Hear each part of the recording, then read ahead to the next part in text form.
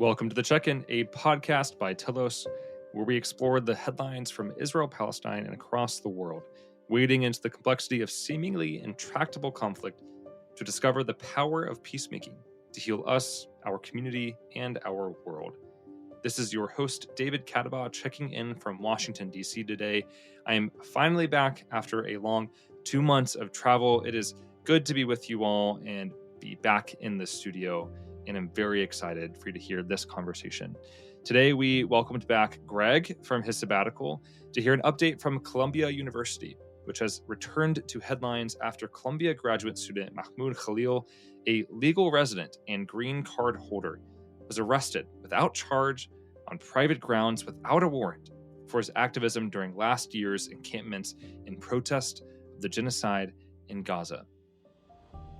In this conversation, we explore on what legal grounds, if any, is his arrest, or rather, as Greg puts it, his abduction, sitting on. And what does it mean for the status of free speech in our country and the protection of our constitutional rights to due process? And what is our job right now as peacemakers to resist these tactics and protect the constitutional and human rights of all, even if we might disagree with them? This is an important conversation, folks. I hope you tune in for the whole conversation and hear from my colleagues, Greg and Sarah. This is a dangerous and urgent moment, but we have an opportunity to speak up and to chart a new path from this direction where we're headed. So, without further ado, enjoy the show.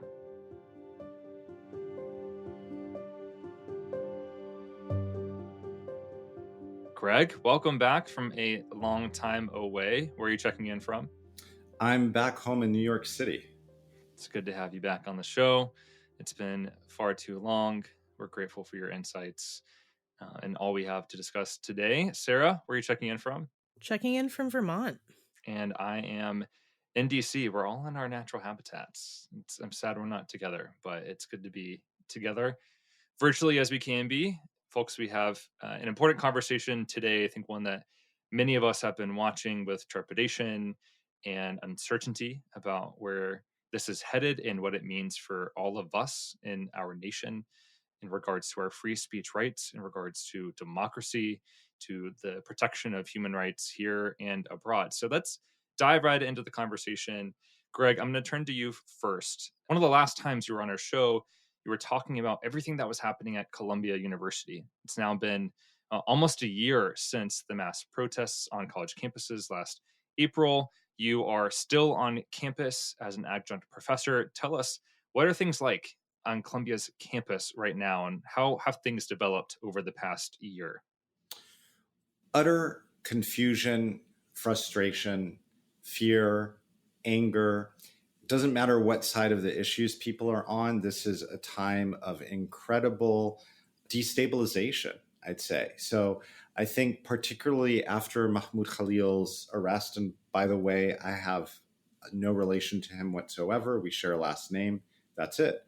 But I think the way the administration handled it, the way the government handled it, the way it's been portrayed in the media is really concerning a lot of people, even people who took very different views than I took regarding the encampments. So just very briefly recap, like he is a permanent legal resident. He has a green card. Under our constitutional law, there is no debate around certain provisions in the Bill of Rights. This is long settled case law that everyone has has rights to free speech, freedom of conscience, freedom of religion.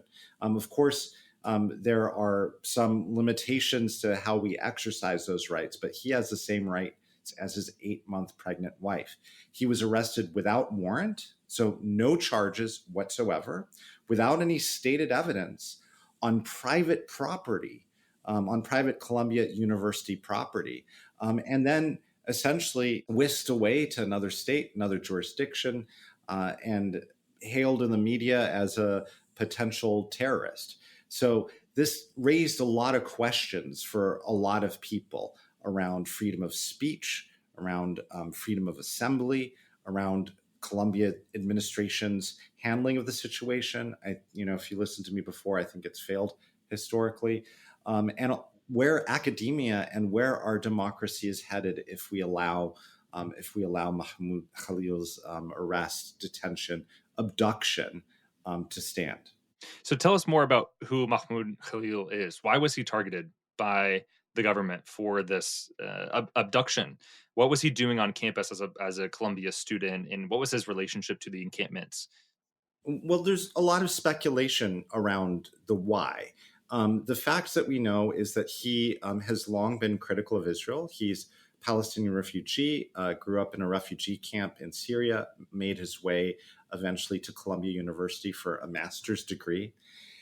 And he was definitely involved in the protest, which the protest movement started in earnest after October 7th, but there'd been a long movement on Columbia's campus, as there were and are on many university campuses with major endowments like Columbia, to divest their endowments from Israel's occupation. So this long preceded October 7th.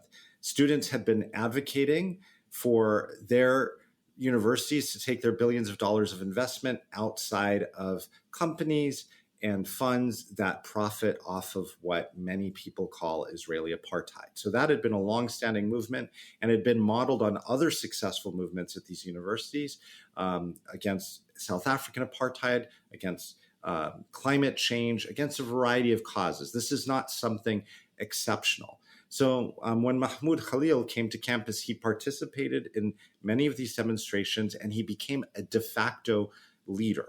So the encampments, whatever you think about them, they were on university property, which is private property. The administration didn't call in the police. The police needed to be invited in. No one was accused of any specific crimes. It was treated as a disciplinary matter. But as the encampments were on the lawns of Columbia, right outside actually the building where I teach, Mahmoud Khalil emerged as the negotiator between the administration and the students on the encampment. And so he didn't wear a mask. Many students wore masks. He was very public. He did quite a bit of media around sort of what the demands were from the students, what they were advocating for. And I don't know his extent of participation in the encampments himself, but he was sort of that go-between between the administration and the students. So he had a very prominent public role in the protest movement. So help us understand. You mentioned that Mahmoud Khalil is a green card holder. He is a legal resident. He has the ability to work and live here. He was on private property when he was arrested without cause. Many of us have seen the video, which we can link in the show notes, in which he was arrested, taken by his wife, again, as you mentioned, 8 months pregnant, in which the people who arrested him were in plain clothes, didn't give their badge numbers or their identity whatsoever. What's the legal grounds for this abduction, this arrest, as you're saying, because as you mentioned, Mahmoud Khalil has rights to free speech, he has rights to fair process, due process, all these things. What's the case, for this process that's being used against him?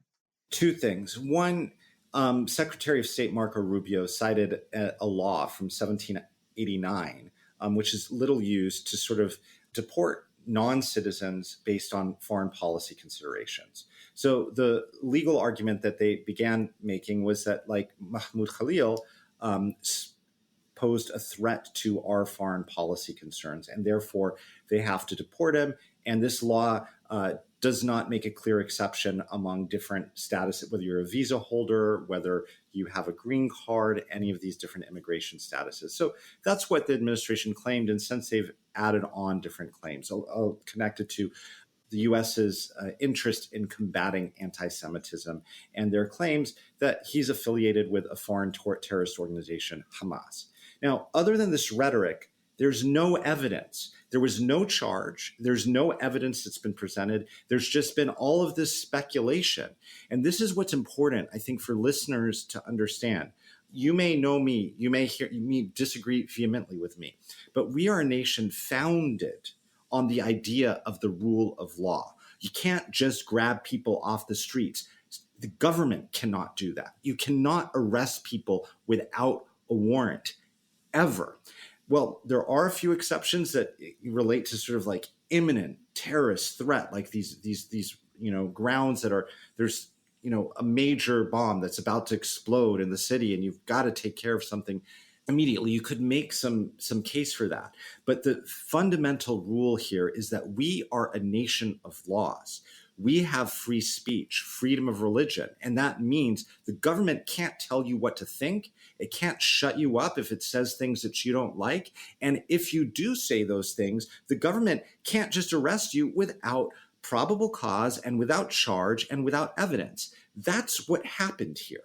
And then a few days later, after this, something else happened, which is significant to the story, because the story is so much bigger than Mahmoud Khalil. It's bigger than the protests. What's happening here is Mahmoud Khalil is somebody who's unpopular. Columbia University, elite universities. And I can tell you this, working as an adjunct at elite university and a graduate from Ivy League universities, I can tell you there's a lot of stuff that needs to be reformed at these institutions, just as there's a lot of stuff that needs to be reformed in our government.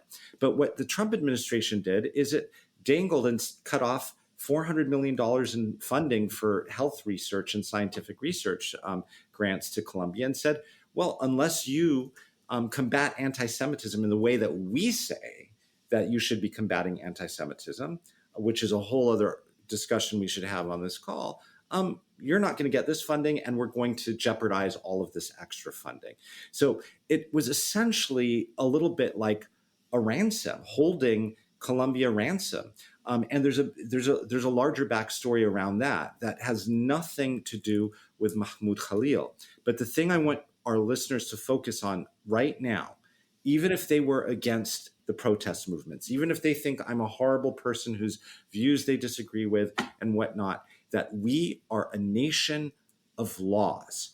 We aspire to apply the law equally. That means protecting the fundamental rights guaranteed in our Constitution of everyone, especially those people who we do not like.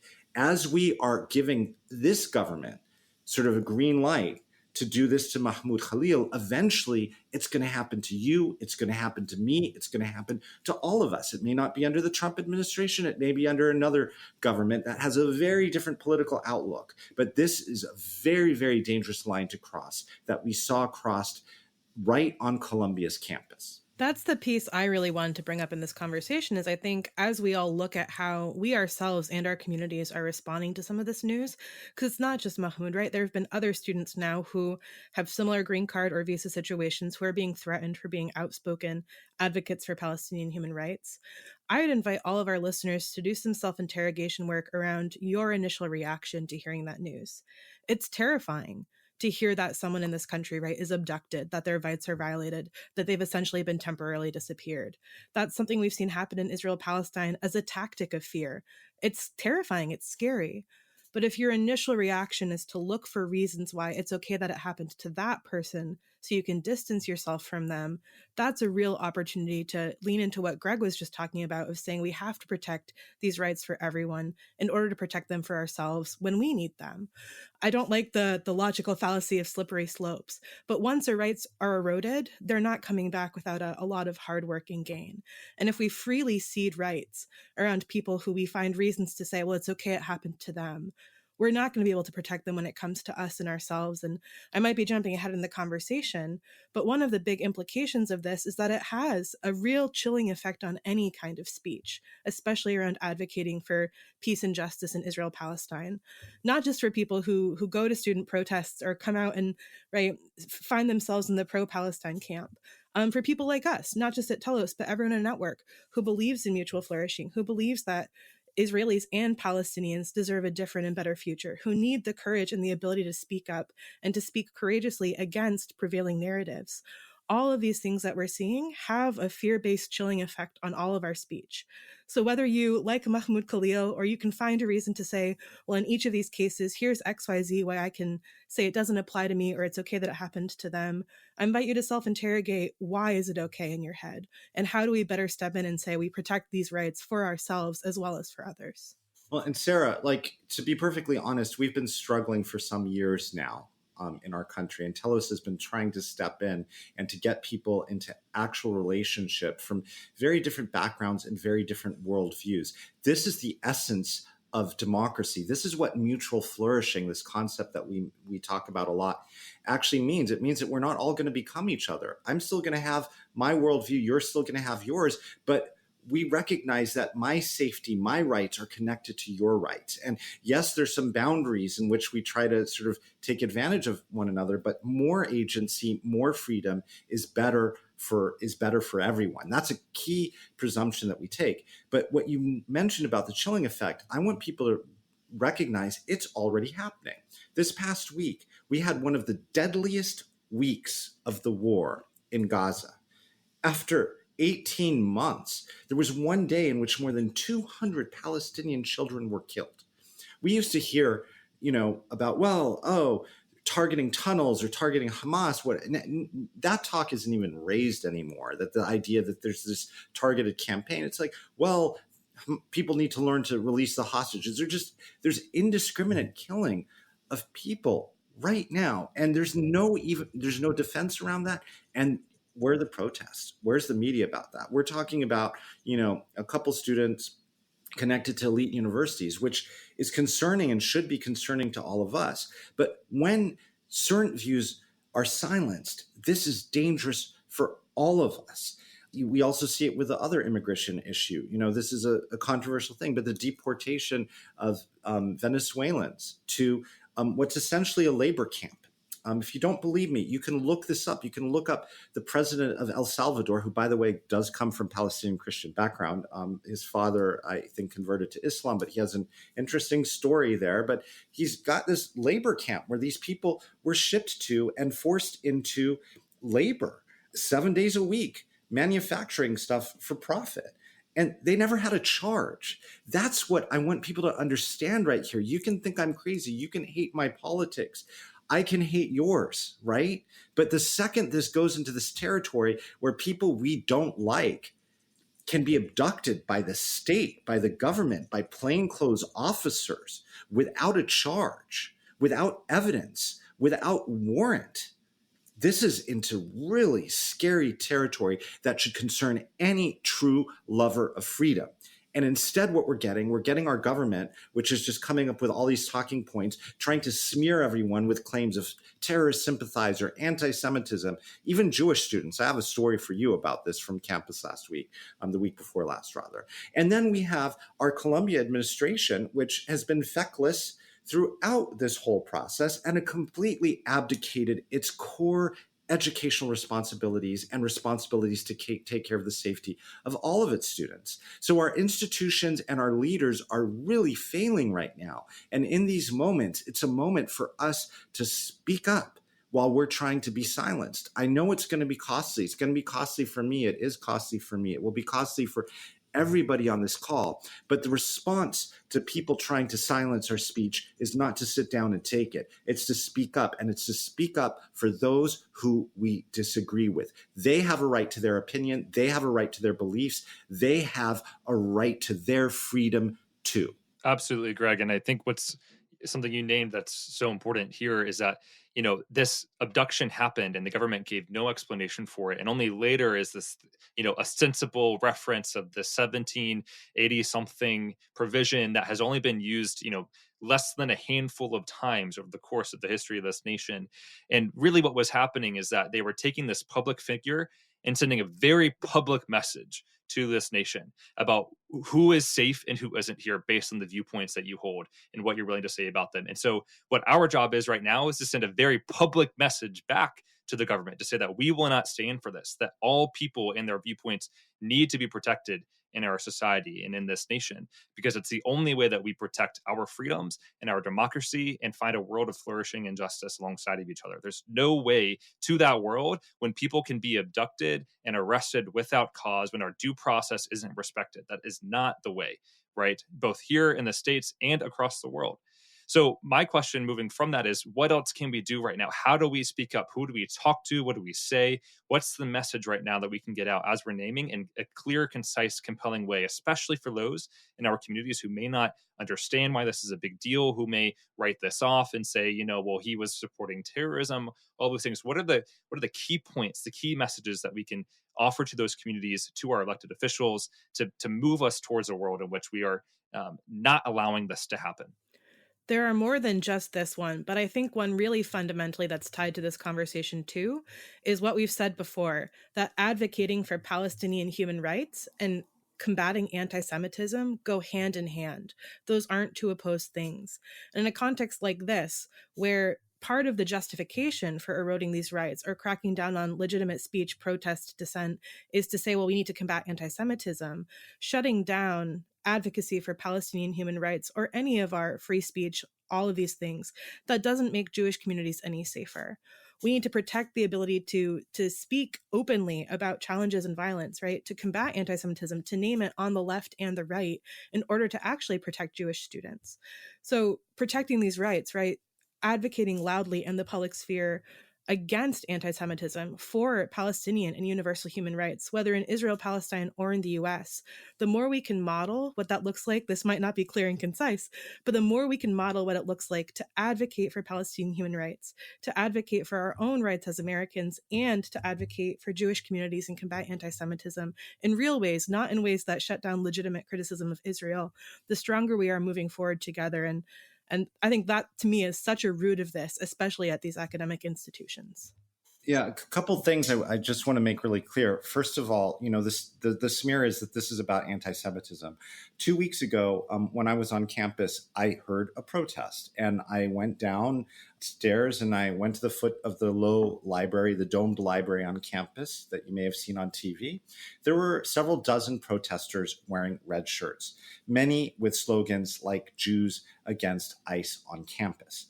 And one of the protesters was speaking into a microphone, and she said something to the effect of, "I just want to make abundantly clear, Columbia University is prohibiting Jewish students from gathering nonviolently on campus to make their views heard in the name of anti-Semitism." The rest of the students there chanted "shame" in response. She said, "Where's the task force on anti-Semitism now?" referring to this Columbia task force that's essentially trying to equate criticism of Israel, anti-war, anti-genocide activism, pro-Palestinian activism with anti-Semitism. Now, one, this is wrong, but it's just, I have dozens of these stories of these ironies where Jewish communities are not monoliths, just as Palestinian communities are not monoliths. And there is actually anti-Semitism happening that, in our case, the university is complicit in some instance, but because it's politics, it's about silencing speech about Palestinian human rights. It's the same quest, the same strategy with Mahmoud Khalil as with some Jewish students. It's based on their politics. And it's just this very, very scary reality. And something else there that is never named, that needs to be named consistently, is this idea of anti-Palestinianism, anti-Palestinian hate. There's a movement, and it's been around my entire life. I know this as a Palestinian, where people consistently use tropes to deny our humanity. If you're unfamiliar with a trope and you've studied anti-Semitism, you will understand how racial tropes work. It's like, oh, Jews control the media, Jews control power, these horrible, disgusting lies that are used to demonize an entire group of people, that people sort of draw or reference when they're trying to make some political point and scapegoat people. This has consistently happened to Jewish people for 2,000 years and resulted in multiple horrific atrocities and attempted genocides throughout history, including the Holocaust, right?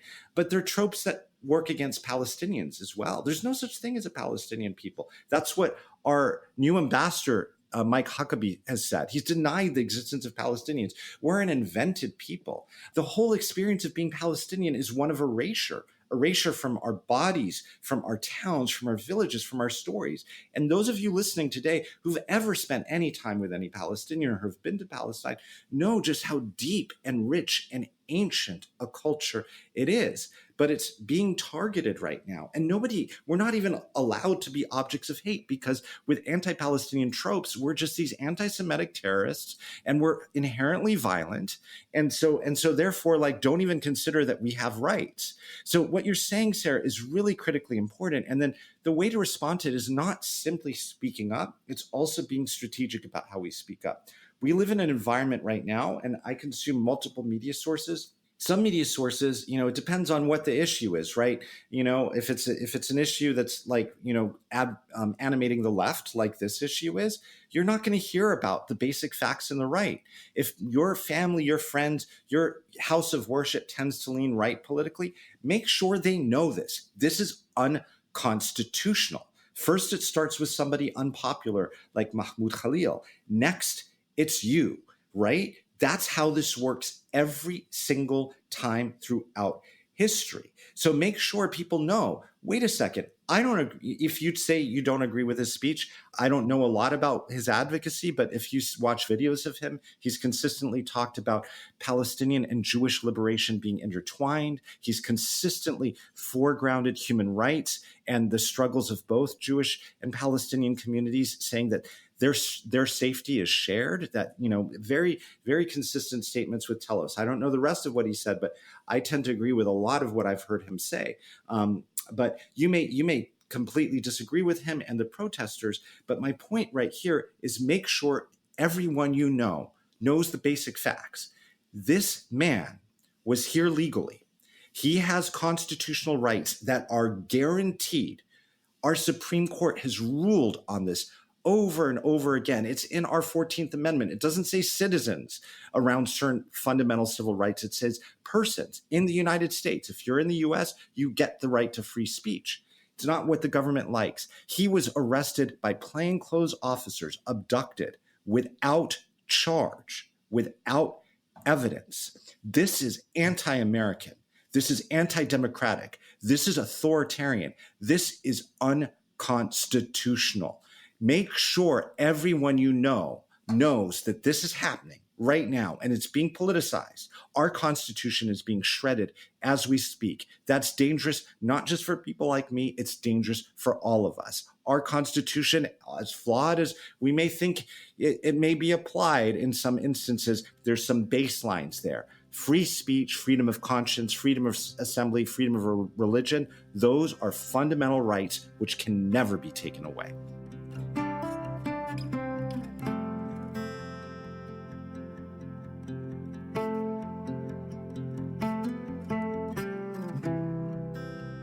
One of the things with that I think is really important for all of us is to actively remember not to pre-comply. Part of the chilling effect of fear-mongering, right, of sending a message that this could be you too, is having people out of that fear not speak up when they might have otherwise. Look at where you're self-censoring. Where did you shy away from having a tough conversation about Israel-Palestine or about other issues in the US that you care about that are being eroded too? Where can you intentionally say, I'm going to choose to share the story of a partner I met in Israel-Palestine or on a Restore US trip? Where can I humanize these very abstract concepts and issues?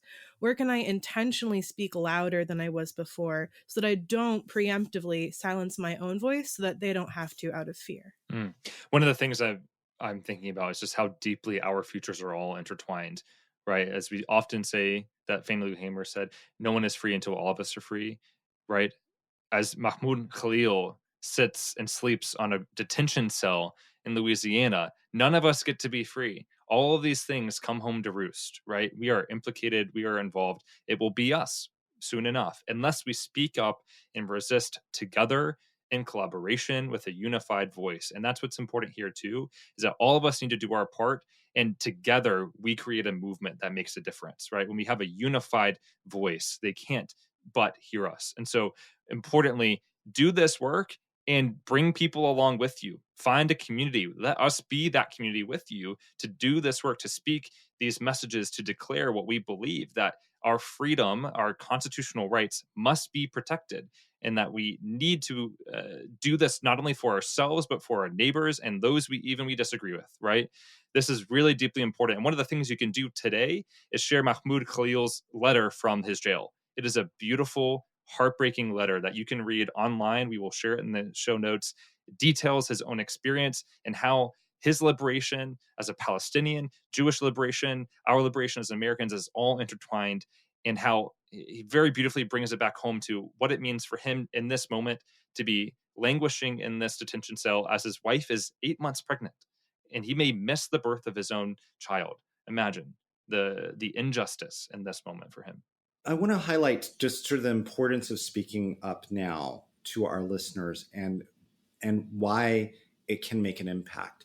A lot of what I think this administration is doing is it's managing politics almost like, I hate to say it, a reality show. It's looking for the response. And so there's certain things that are popular right now. A lot of people, including many Democrats, are critical of our immigration policies. The campus protest movement, which we can talk more about later, is really unpopular among a whole range of people, left and right. So I'm just getting at the idea that right now, I think a lot of this stuff is being pushed through partly because this administration believes that it's popular. Now, if you're someone who has contacts with cultural influencers in the right, the center right, if your member of Congress is on the right and you have a relationship with them, if you don't, if you have a staffer, it's really important to make your voice heard. It does not feel good in the moment. I have to tell you, you call and it's like, okay, maybe you had a nice conversation, maybe you were dismissed, you show up. And you never get a response. It feels like you're just yelling into the wind. But the reality is that our leaders are paying attention. If they feel that they're losing the people that they rely on to stay in power, they're going to change course. And so that's why it's important when you agree and when you disagree to make your voice heard. It doesn't take a lot of time, but right now we are going into the most uncertain period of our lives, of world history. We've talked about this a lot. When I was on the podcast more frequently a year ago, I don't think anybody would disagree with me right now. You may think it's opening up whole new opportunities, or like me, you could be incredibly critical and fearful of where we're headed. And so it's really important right now to stand up for these basic freedoms that matter. If we're going to maximize human agency and well-being one day, obviously it seems impossible today, given what's happening in the world, we have to have a foundation of fundamental rights that we never depart from. And key to those rights are the right to believe and think and feel and speak and gather as we choose. If we cannot do that, we cease to be human.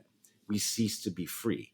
That's what's at stake right now. And while we still have our freedoms, which we do, let's use them. Let's be heard, and we may actually see a shift that feels impossible right now.